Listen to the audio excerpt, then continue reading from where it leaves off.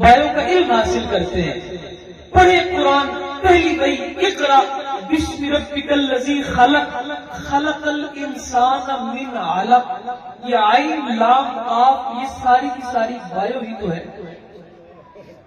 یہ علق کیا ہے؟ یہ تو بایو ہے. ثم خلقنا النطفة علقا فخلقنا العلقة مضغة خلقنا المضغة عظاما فكسونا العظام لحما ثم انشأناه خلقا آخر فتبارک اللہ احسن الخالقین.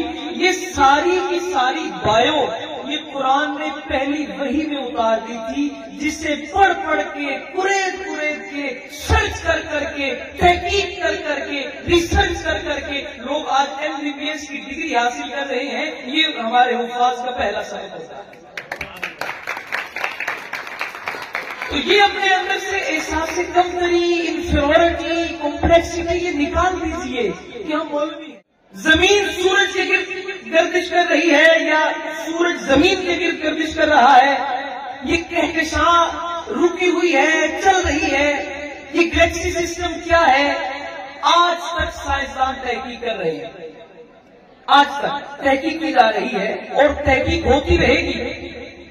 لیکن 1450 سال پہلے سورہ یاسین میں اللہ نے کہہ دیا تھا وَالشَّمْسُ تَجْرِي لِمُسْتَقَرٍّ لَهَا ذَلِكَ تَقْدِيرُ الْعَزِيزِ الْعَلِيمِ وَالْقَمَرَ قَدَّرْنَاهُ مَنَازِلَ حَتَّى عَادَ كَالْعُرْجُونِ الْقَدِيمِ. اب یہ جو لفظ قمر ہے، قمر یہ کیا ہے؟ قرآن کی ڈکشنری دیکھیں کہ قمر جو لفظ ہے قاف میم را قمر، آپ عربی کی ڈکشنری اٹھا کے دیکھیں، قمر کہتے ہی اس سیارے کو ہے جو کسی سے روشنی لیتا ہے، جس کی اپنی روشنی نہیں ہوتی.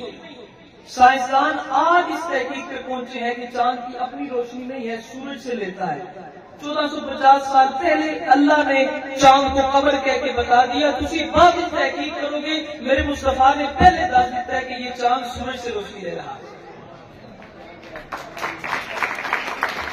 حیرت ہے کہ تعلیم و ترقی میں ہے پیچھے، جس قوم کا آغاز ہی اقرا سے ہوا تھا.